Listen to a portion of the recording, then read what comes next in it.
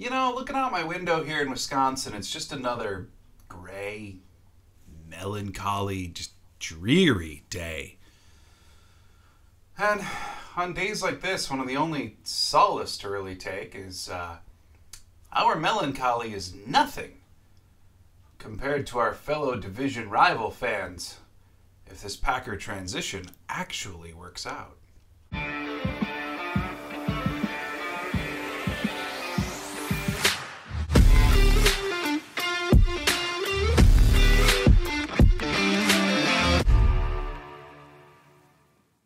What's up, everybody? Welcome to another episode of Lombardi Time Brews. I'm your host, John Del Rey. Today, we're finally diving into the undrafted free agents of the Packers roster. Yes, the Longshots, as I called them on the thumbnail to this video if you're looking on YouTube.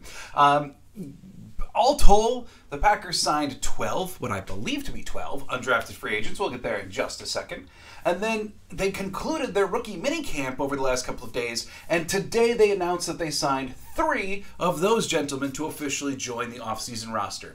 Now, why do I say that they announced 12, that it looks like they signed 12? Well, because one, safety Christian Morgan from Baylor, he was announced as one of the 12 undrafted free agent signings, but he's not on the Packers official roster. And for people who were there, I didn't see any mention of him at all. So did he actually get signed, or is his flight delayed by 5 days somewhere? We don't ultimately know, but he was originally announced as one of the 12 undrafted free agent signings by the Packers.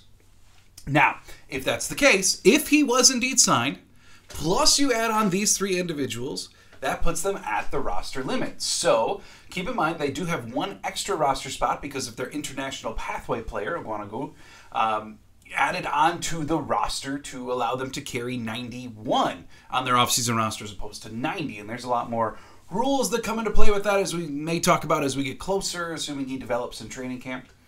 But to compensate for this full roster, one of the things that the Packers did today was release last year's long snapper, Jack Coco. Now, we know earlier in the offseason, the Packers' first free agent signing was that of long snapper Matt Ozark. So, Jack Coco, the Coco era, has concluded in Green Bay.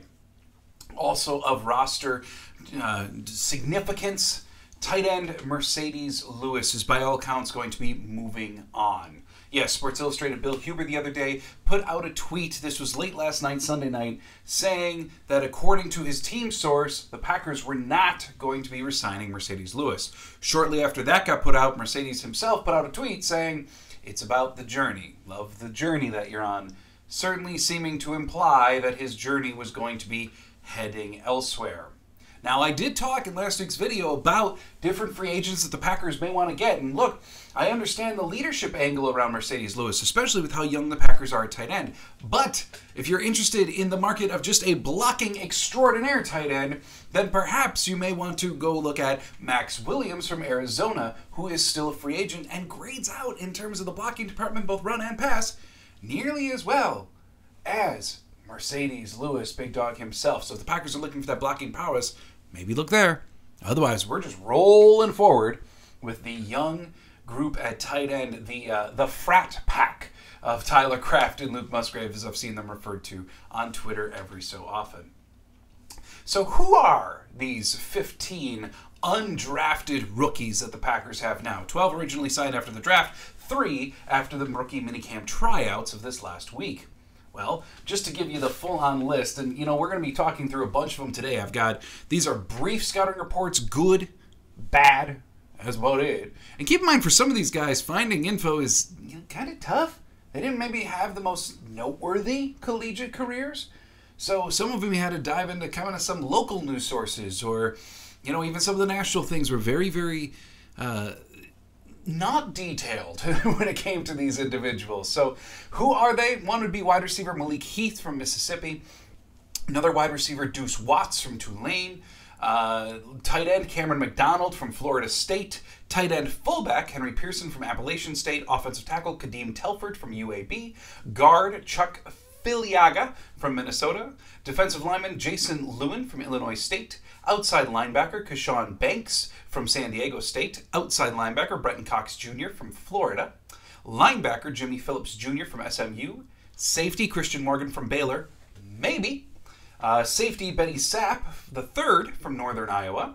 And then the signees today were long snapper Broughton Hatcher from Old Dominion, cornerback William Hooper from Northwestern State, and defensive lineman Antonio Moultrie from Miami. Also, of note today, not tremendous note because he's going to get signed no matter what, but there are still 4 draft picks yet to be signed by the Green Bay Packers. That would be their first 4. Luke Van Ness, Jaden Reed, Luke Musgrave, Tyler Kraft. This is not at all surprising. Generally, it does get to be that the earlier ones drafted are the last to sign. But in today's environment, there's very, very little worry with the pick allocations. If there's any type of like delay in them signing a contract, it generally has to do with guarantees and when the money's paid out and stuff like that. Generally things that, it's not like a generation ago with the holdouts and everything to that effect. So today, now that we've recapped the roster, Marcedes Lewis gone in all likelihood. Jack Coco gone. Ultimately 15 undrafted free agents in. We're going to go over a bunch of them today with the good, the bad, and just some general specs. So let's see. Today I've got 1, 2, 3, 4, 5, 6, 7 of these individuals today. Then on Wednesday I'm going to cover the remaining 8, assuming no tremendous news. Thursday night, the NFL schedule gets released, and I'm going to have an official word of this on Wednesday, but if I can work out my schedule, I may have a video out Thursday night to review the Packers schedule, maybe even go live Thursday night to discuss the NFL schedule for the Packers. And then Friday, you're going to get my way too early NFL Green Bay Packer roster prediction for the 2023 season. So let's dive in to these undrafted rooks. Right? First would be wide receiver Malik Heath. Reportedly from Ole Miss, his specs here are 6'2", 213 pounds. He had a 6.58 RAS, including a 4.64 40. And that's relevant, as we're going to get to here in just a minute. The good about Malik is this last year he nearly doubled all of his receiving stats over the previous year. He ended the season with 60 receptions for 971 yards. This is also reflected in his PFF overall grade that jumped from 58 to 76. Now the bad, I mentioned that 4.64 40 is not exactly ideal for a wide receiver. And the bad is he has prototypical size, but at the end of the day he lacks the explosion, the burst, the outright speed to really get open. And for a wide receiver of his size, he just doesn't have much yards after the catch ability, and he lost far too many contested catches. But obviously the appealing thing is being a 6'2", 213-pound wide receiver. That's a good size for a wide receiver. If he can increase his speed, if he can start making more of those contested catches, he can become a big-bodied wide receiver.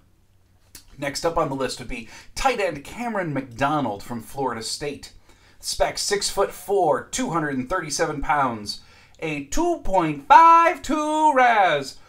Woo! And then a 4.99 40 and a 1.74 10-yard. Now, keep in mind, every single prospect that I'm talking about today, obviously a very competent football player. They've made it this far. But at the same time, all of these guys weren't drafted for a reason, and specifically the guys who had to make their way through a rookie tryout were even a tier down below that. So there's obviously going to be large-scale holes in their game. There's going to be things that every single one of these individuals needs to work on. Some project aspect of their game.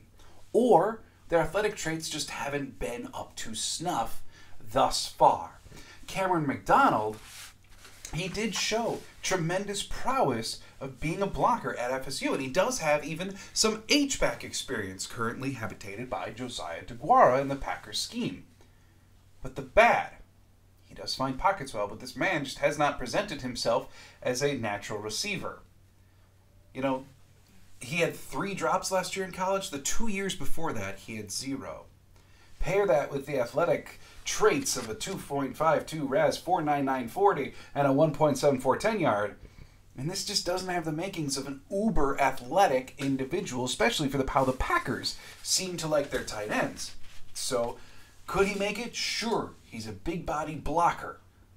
But there's certainly holes in his game. Moving on to the next individual, Kadeem Telford. This is an offensive tackle from the University of Alabama, Birmingham. His size, this is this year's Caleb Jones, okay? His size, 6'7", 322 pounds, 1.59 RAS. And yes, the Packers did have him in for a visit. Here's the good. Back-to-back years of over 700 snaps at UAB. He was moving that big body. And he was the leading blocker for UAB in one of the most productive rushing attacks in the NFL. In fact, all of his grades, pass blocking, run blocking, overall, for the last 2 years have been over 70 according to PFF, which is very good for a collegiate offensive lineman on a consistent basis. But here the bad, that big body don't move very fast. Sure, he can move it. He was part of a good rushing attack, but it don't move fast. A 1.59 RAS is obviously part of that, but more indicative even than that. In every single athletic trait, he finished in the bottom 20% for offensive linemen, including a 5.43 40-yard dash. Now, why is the 40-yard dash important for an offensive lineman? It's not. But what it is an indicator of what this man's athletic ability is, and it's just not good. He's a very, very large body who does not move that body very, very fast. And that is shown at times when you review the way that he plays. Quicker edge rushers, if he didn't get their hands on him, it was game over. They blew right past him. If he got his hands on him, okay, if they were little, it was done. He's monstrous. But if they got past him, wasn't so good for UAB's offense. Moving on to the next player, kind of polar opposite. Defensive lineman Jason Lewin from Illinois State. He's a former tight end who over the course of his collegiate career added 60 pounds to his body. Adding 60 pounds not short of a time frame. It's not easy, take it from me. Mine just happens to be all Culver's not working out. His specs, 6'6", 292 pounds, and an 8.59 RAS. He has great explosion grades according to the RAS scale, including a 31-inch vert and a 9'7" broad jump. The athleticism is obviously there, but the production hasn't been. So kind of the opposite of Telford, who is very productive, graded out well, but the athletic traits are really lacking. Lewin, tremendous athlete, but never could really put it together on the defensive line for Illinois State. And now if you want to really get to the bad, because obviously his athletic traits are outstanding. He was able to maintain a lot of the speed and agility that he had as a tight end. But the bad, he had a 20.7% missed tackle rate last year. And like I was saying, the athletic traits just haven't turned into much. Moving on to the next player, this is linebacker Jimmy Phillips Jr. from SMU. He's 6'1", 232 pounds, on a 3.44 RAS. The good tackling. Last 2 years, his missed tackle rate has been under 7%. And he plays very aggressively. But the bad, yes, he does play aggressively, but he plays aggressively once he figures out what's going on. And that can take quite a while to diagnose. And on the flip side, his athletic traits are wonderfully average. 6'1", 232, even a 3.44 RAS does look small, but we're talking in terms of speed and strength. He looks like a very, very average player. And he does play aggressive, like I said, but it just comes after the play generally develops. Moving on now, I got 2 players left. One would be safety Benny Sapp from Northern Iowa. Benny Sapp the third, I should say. Now, I know a few people in the chat from the live stream they would have been overjoyed if he would have been a Packer draft pick. But nonetheless, I hope that they are thrilled that the Packers at least got him as an undrafted free agent. He comes in at 5'11", 200 pounds, and he has a 4.4 RAS. The good, he's very strong in coverage. He gave up 65% average completion over the last 2 years with 8 interceptions. In terms of where he plays as well, this is the need for the Packers. He's a center fielder type safety. He's not a box safety. 73% of his snaps have come at free safety last year. And I'm talking like center field, not box or slot. But the bad, and I should say too, if you go watch Benny Sapp III, he is absolutely willing to chuck his body all over the place. And I mean, this is at the ball. He does demonstrate good ball skills. He had 8 interceptions over the last 2 years, 4 in each year.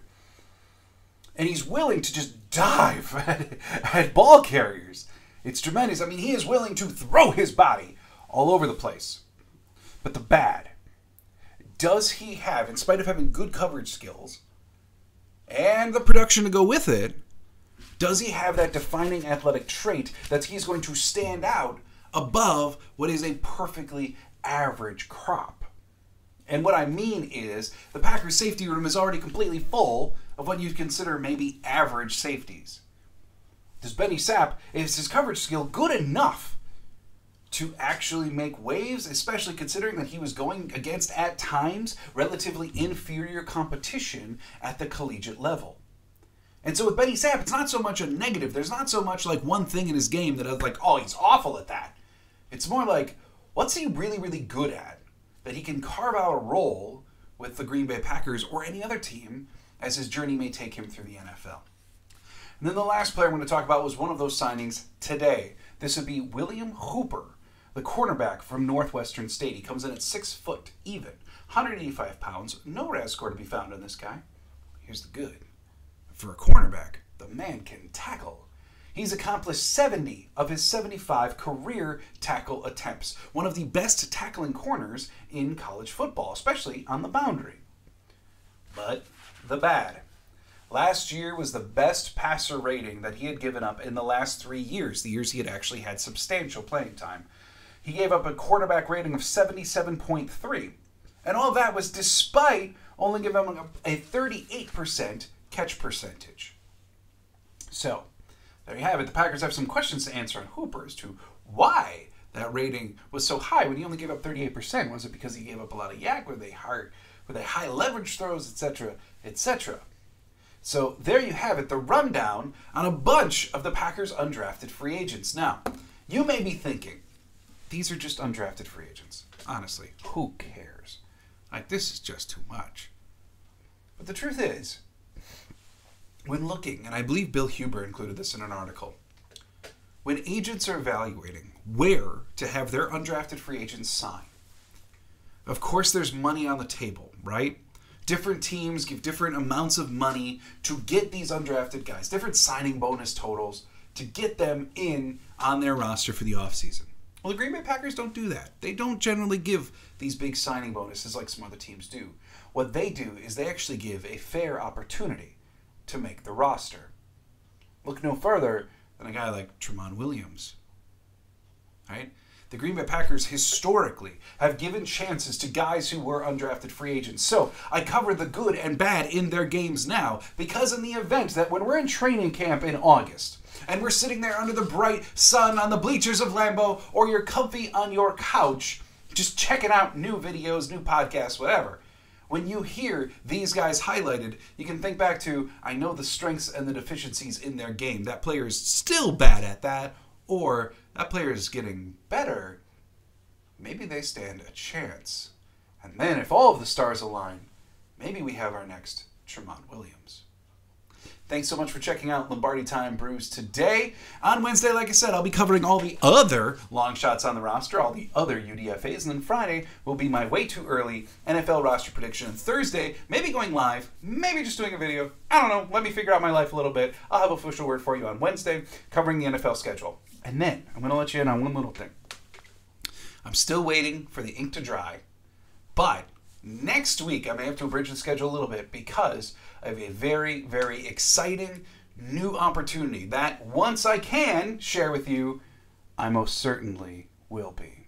So, thanks for being here today. Do hope you enjoyed this video. Hope you're having a fantastic Monday. Hope you have a great Tuesday. I'll see you again next on Wednesday for sure. And as always, go Pack Go.